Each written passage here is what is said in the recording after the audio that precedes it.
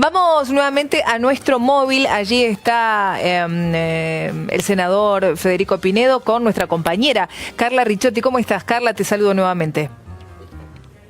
Viviana, sí, estamos con el senador Federico Pinedo. Recordemos que en el día de hoy comienza a reunirse la Comisión de Presupuesto del Senado de la Nación, en donde recibirán al ministro de Hacienda, Nicolás Dujovne, para que conteste preguntas y para que explicite un poco de en qué consiste este presupuesto que viene de la Cámara de Diputados. Recordemos todo lo que pasó la semana pasada con los incidentes dentro y fuera del Congreso, dentro y fuera del Palacio. Bueno, esta vez será el turno de que empiece a ser tratada en las comisiones. En el día de hoy Dujovne, mañana estará la ministra Carolina Stanley y la semana que viene también se espera que llegue aquí a la comisión el ministro Frigerio, para luego pasar concretamente a lo que será el dictamen, la comisión de dictamen, para que se firme y finalmente pase y sea tratado el presupuesto en el Senado el próximo 14 de noviembre. Pinedo, senador, hoy, bueno, esperan a Dujovne. ¿Cuál es la expectativa con respecto a la exposición del ministro en el día de hoy? Y es muy importante porque el ministro tiene que explicar primero el contexto general de la economía de la Argentina, en el que crea que se va a desarrollar el presupuesto del año que viene.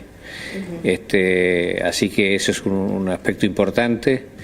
Y después tiene que explicar cuáles son los lineamientos de este proyecto de presupuesto que votó diputados, que le ponen límites al Poder Ejecutivo de cómo gastar el dinero del pueblo en cada área, cómo se distribuye la asignación de los recursos para cada sector del gobierno y cómo se cubren las necesidades más básicas de los sectores más necesitados, ¿no?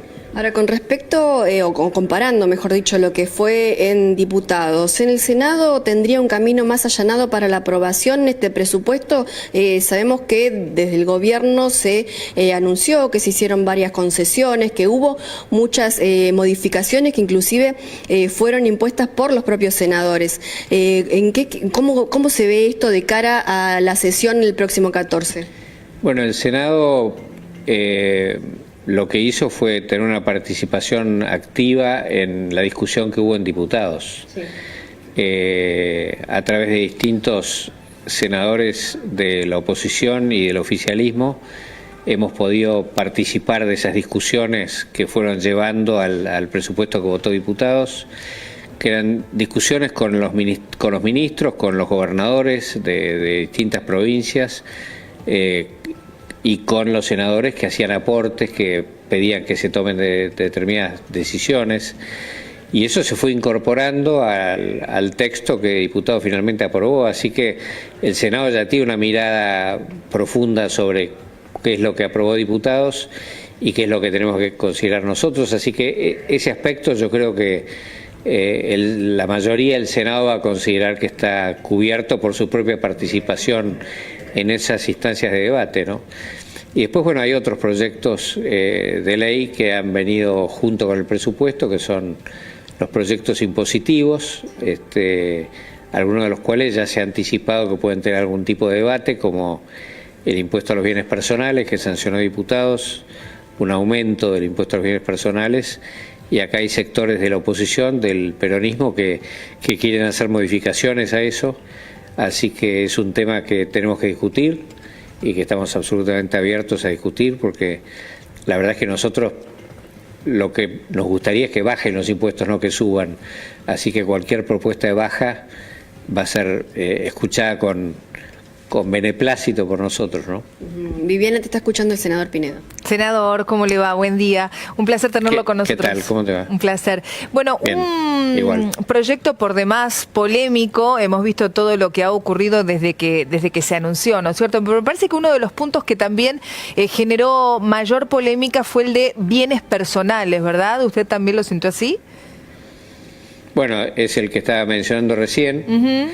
Me parece que ese es un tema que todavía va a tener una discusión en el Senado. Sí, ¿no? El proyecto de suba del impuesto a los bienes personales generó bastantes reacciones en diputados, algunas modificaciones se hicieron, pero hay nuevas propuestas ahora para volver a pensar en cómo bajar ese impuesto y cómo compensar esos recursos.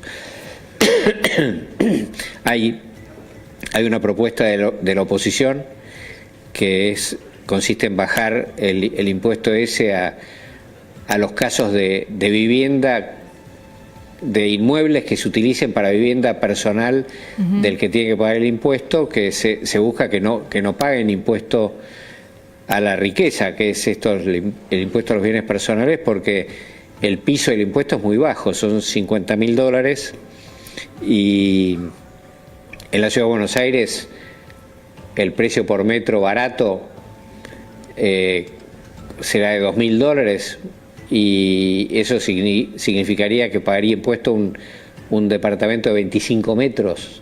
No parece un caso extremo de riqueza, ¿no? Claro. Así que bueno, eso es lo que seguramente queremos analizar y ver si es posible desgravar ese tipo de bienes, ¿no? ¿Qué esperan ustedes, no? Con respecto a la reacción. Esto es una propuesta, por ejemplo. Sí. Esto es una propuesta del senador Pichetto, concretamente, del jefe de la oposición. Así que nos gustaría que trabajar juntos en estos temas. Claro. Bueno, ya que lo nombra a Pichetto, se lo vio bastante enérgico, ¿no? Después de lo que pasó con estos extranjeros que estuvieron presentes en la locura que se generó en los alrededores del Congreso, de su deportación. ¿Cómo ve sus declaraciones? Y yo creo que cuando uno va a la casa de otra persona, lo que tiene que hacer es respetar la casa, ¿no? Y los buenos modos de convivencia.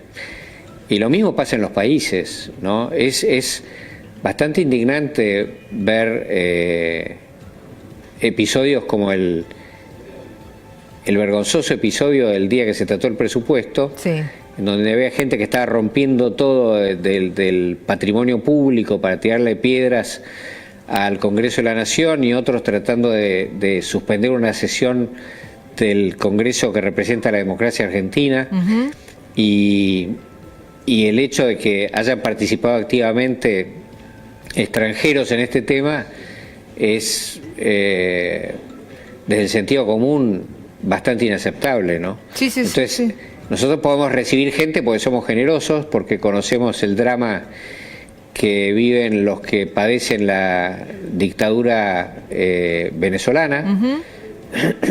Estos señores aparentemente están de acuerdo con la dictadura venezolana, pero de todas maneras nosotros hemos recibido como a 100.000 venezolanos con las manos abiertas y con buena voluntad, y son gente de trabajo y que colabora con nosotros en la vida en comunidad que tenemos en la Argentina, pero gente que se dedica a estas otras cosas me parece que no debería tener cabida en la recepción por parte de nuestro país ni de otros que estén en igualdad de circunstancias. Recordemos, 2 ciudadanos venezolanos, 1 paraguayo y 1 turco, en total 4 extranjeros, ¿no es cierto? Pero para que sean deportados, ¿qué se necesita primero? Más allá de lo que pase ya con su residencia, ¿qué se necesita para lograr deportarlos? Bueno, se necesita probablemente decisiones administrativas y judiciales, ¿no? Eso es lo que supongo se está investigando. En la medida que se detecte que han vulnerado reglas, lo que muchos queremos es que la ley tenga que ser muy estricta y muy severa, porque es raro, además, todas estas cosas requieren una investigación un poco más profunda. Cuando uno ve que algunos de estos inmigrantes ingresaron por lugares extraños, por Salvador Massa, en el norte de la Argentina, un lugar que conocemos bien porque hemos investigado corrientes de narcotráfico en ese lugar y demás, me parece que requiere otra mirada, ¿no? Pichetto habló de... Hay que investigarlo bien y duramente. Sí, Pichetto habló en su momento de una posible reforma migratoria. Sí, yo personalmente soy partidario de que haya reciprocidad. De que las condiciones que requiera la Argentina para recibir migrantes sea la misma que requiere el otro país para lo mismo. Me parece que si la Argentina dijera somos espejo de otros países, el régimen migratorio argentino sería mucho más estricto.